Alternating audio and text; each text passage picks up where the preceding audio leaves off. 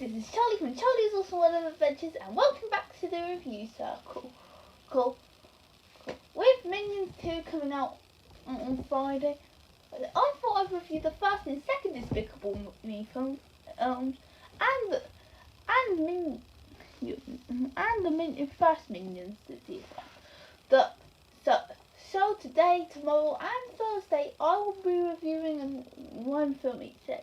Starting, of course, with the first Despicable Me film.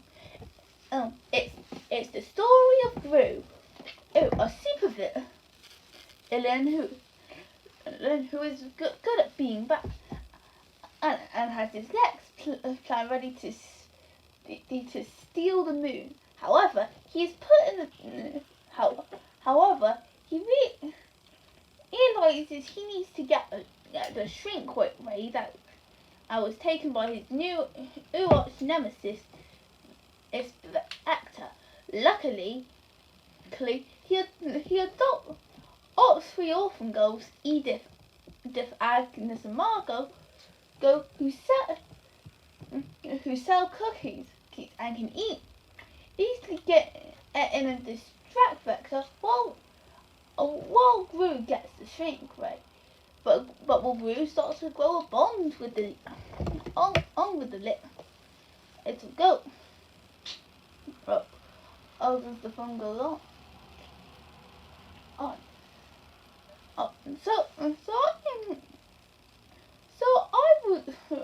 think it's safe to say that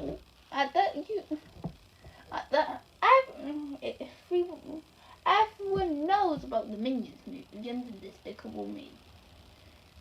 In fact, Despicable Me was a good way to start off Illumination for many people. But from what we've heard, it had a good box office run, and the critics gave it really good reviews. And it was a great start for Illumination. Which would later to go on to make films such as the adaptations of The Grinch and Lorax, as well as their own original films like Hot, The Secret Life of Pets, and Sing. So I think Despicable Me, in my opinion, was a great way for Illumination to begin. In fact, one of their major strengths is mainly shown in this film: their characters. I'll talk about this a bit later, but Illumination doesn't really have the greatest track record when it comes to stories. With their characters, however, especially the ones in here, you'll end up really appreciating them and find them to be the best parts of the movie. Let's begin with the main villain himself, Gru. At the start of the film, he loves how evil he is, and is willing to make his next plan and his biggest scheme yet.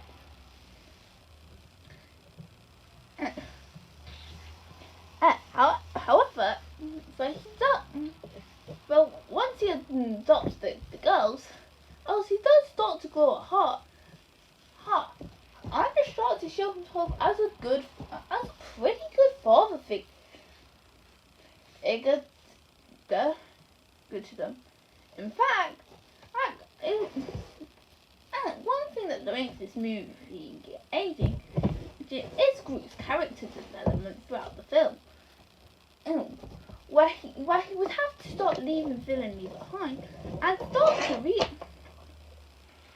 realize that there could be something new starting in his life, that he will accept.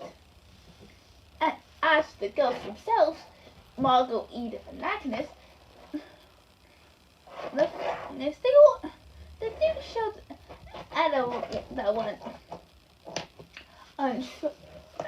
The action find a way to make people like them. Whether it be Margot, the lady who has the heart, hardest to get to know and love of Groot, who either the rebellious one of the three, and Agnes, and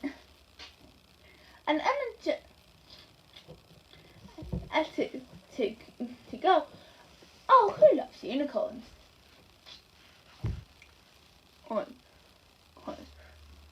There's also Vector, the villain of the feature, who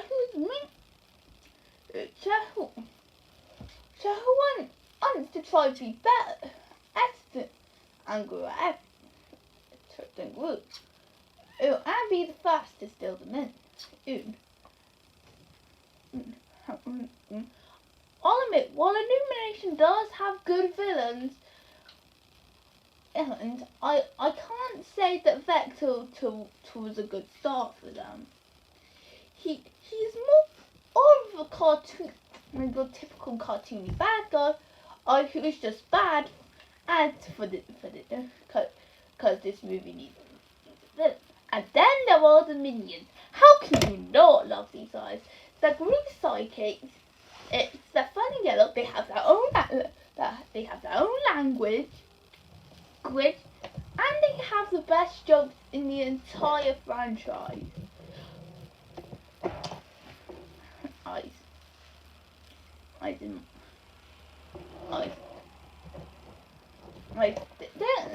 So I think it's safe to say that they are the best characters of the movie.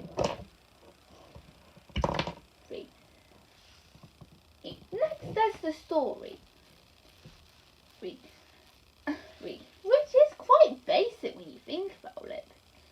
This movie is mainly about Groot still the moon, but realizes he needs help from Ghost, who can distract Alex, who's got his shrink ray, but then starts to grow up on them.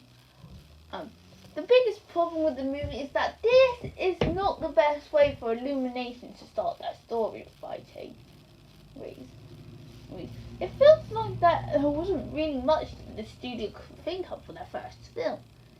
So the most they could come up with was this feature about this villain who finds himself in a situation and adopting 3 girls and starts to grow up on with them. It's safe to say that it makes the movie feel easily predictable, or with every guessable outcome come from start to finish. Granted, there are a few surprises here and there, but it is most likely that your typical story for this type of film. However, the execution of this movie really does help to make this a strong start for Illumination. One thing that they do really well of the story is focused on the heart. Yes, the humor is there, which I'll talk about in a minute, but the heart is one of the main things about this whole franchise. And the first one really got into it. It could be either with Groot's relationship with his minions, or even from Groot's goal to steal the However, the best bit of heart in this movie is Groot's relationship with Edith, Agnes, and Margot. Because that's the main part that the movie focuses on, and it actually does feel engaging.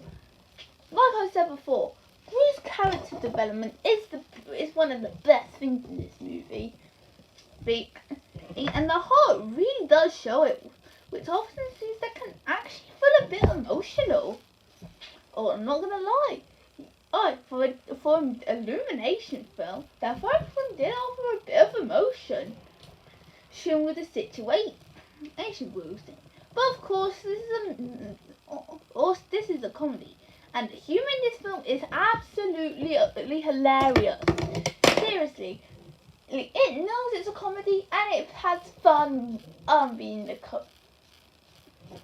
a comedy. It plays well with the humour to make it to the best parts of the film. Often good fast jokes. From start to finish. It's been absolutely funny from beginning to end. And then there's the animation, which was actually one thing that, looking at it from 12 years ago, it still manages to hold up.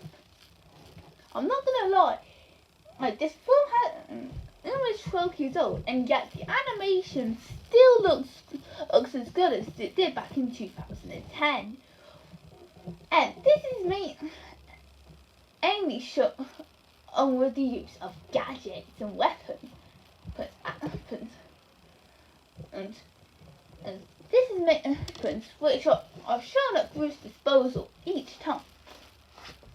And what I like about them is that each gadget does something new, which can make them stand out. Seriously, one of the best things about the movie is to see what the gadgets are capable of, from the freeze ray to the shrink ray, and all the other gadgets at their disposal, so like rockets and missiles. So they do play well with them, and offer some pretty fun and exciting action. And as for the backgrounds, wouldn't. What I like about this movie is how everything looks very well detailed. And I think that's actually helped by the age. Offering some fun. While there are bubbles that feel outdated, it does actually help bring the textures to life. To make them feel immersive and stand out from any other Illumination film. As for the character animation, it does have fun movement, and does keep the fast pace to go along with everything that's going on. But I feel like the character designs are a bit too simplistic for an animated feature. You'll hear me talk about this with both Minions and Despicable Me 2 as well. But I feel like the design one of the main things this movie was trying to focus on, and just had them end up looking pretty simplistic for it. Not to say it's bad or anything, it did the job well. It's just us